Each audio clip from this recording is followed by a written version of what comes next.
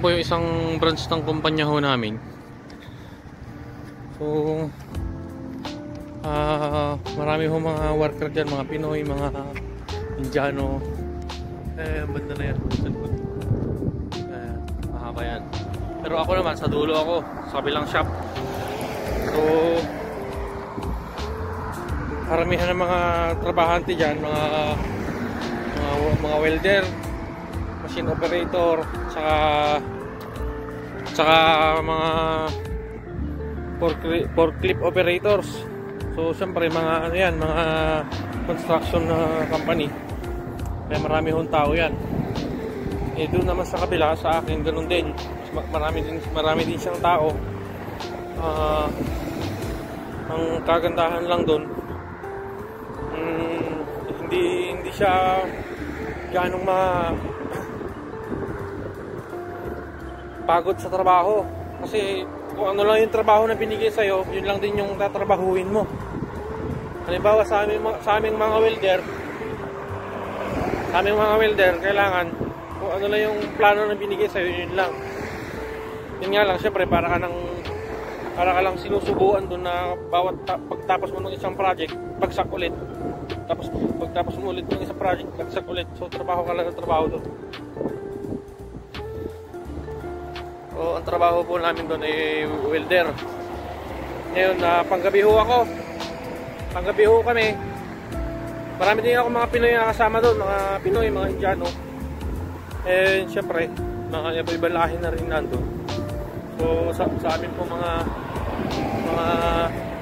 panggabi plus $2 po kami.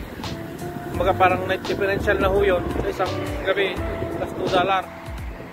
So mali ata, plus $2 per hour.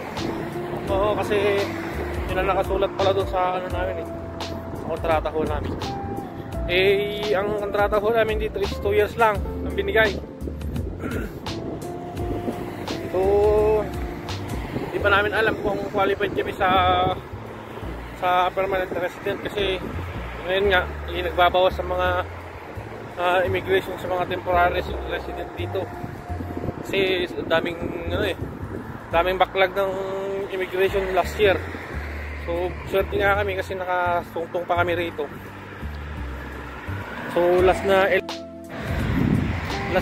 LMIA na kami na binigyan ng company namin, kaya swerte pa rin kami kasi kami yung pinakalas na pumasok dito sa company ho namin. Marami ho mga hiring dito sa amin. Ang problema, mga open work permit na lang ang kinukuha. So wala na silang ibibigay na LMIA halimbawa. Kaya nga the last time na nag-post ako sa Facebook ko ng hiring, lahat ho ng mga ni-refer ko wala pa ho tinawagan. Yung pala, ganun nga ho yung system na mahirap na hong pumasok ngayon ng LMIA, kasi yung mga na-approve na lang this year ang pinapapasok.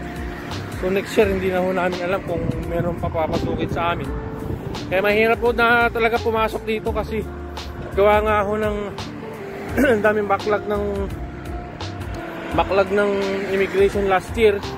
So yun yung inaayos nila. Kaya kung kayo ay nagbabalak ko pumunta rito, siguraduhin nyo munang yung pupuntahan ninyo talagang sure. Kasi kung gumastos ko kayo na napakalaki, katulad doon ng daming nag-PPM sa akin sa FB na lalaki ng mga ginastos pero hindi sila naging successful sa trabaho nila. Sayang lang din naman yung pagkakataon at saka yung mga ginastos ninyo. Kung ganun lang din naman, pag-isipan nyo munang mabuti, kasi sa ngayon talagang naghihigpit na ang immigration ngayon. Ang tinatarget po nila yung mga temporary resident na katulad ho namin. Pero sa amin, hindi pa kami pwedeng ipauwiin kasi nakakontrata ho kami. Maliban na lang kung nag-shutdown na yung company ho namin, talagang maghahanap kami ng ibang trabaho. Ang problema naman dito sa amin, talagang lahat ho ng company na pinasahan ko ng resume o CV dito sa job bank, ang kinukuha lang din naman mga open work permit, yung $2 OWP na tinatawag. So syempre, pahirapan talaga ang LMIA ngayon dito sa amin. At saka hindi na rin sila karamihan kumukuha lahat ng mga company dito ng temporary. Mahirap na huwag talaga yon. So halimbawa ho kami ay na-layoff, wala ho kaming magagawa kung ano ko. Hindi kung uuwi kami, wala talagang magagawa kasi walang tatanggap sa amin eh. Magkagandahan na lang talaga dito is mag-ipon na lang para kung sakasakali man pauuwiin kami ng immigration, hindi uuwi kami. Ganun lang yun. So kung kayo ho ay nagbabalak talaga na pumunta rito, pag-isipan nyo muna. Ito nga lang ang masasabi ko sa inyo. Kung kayo ay sumasahod dyan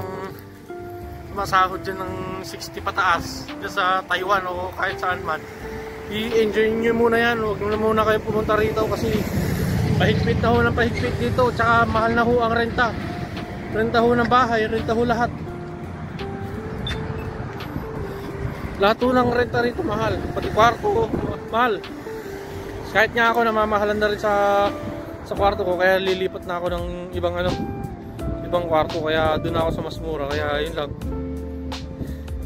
Mahirap kasi na doon ka lang talaga sa saglit lang, natawid muna ako. Mahirap talaga kung doon ka lang talaga sa isang kwarto na napakamahal, tapos hindi pa sure yung PR mo kung sureball na ba yung PR mo o hindi. Kasi ako hindi pa ako nakapag-apply ng PR kasi ang iniisip ko kasi talaga high school graduate lang ako at saka 3 months lang yung certificate ko sa TESDA. Kailangan naka at least 6 months ka. So kung 6 months pataas ka, pwede kang ma-PR dito. Sa akin high school graduate lang ako at saka 3 months lang yung certificate ko sa TESDA. Yun nga mahirap. Iniisip ko pwede ako mag-upgrade ka, so abala lang yun sa akin, pero iniisip ko pa rin kung pwede ako mag-upgrade dito.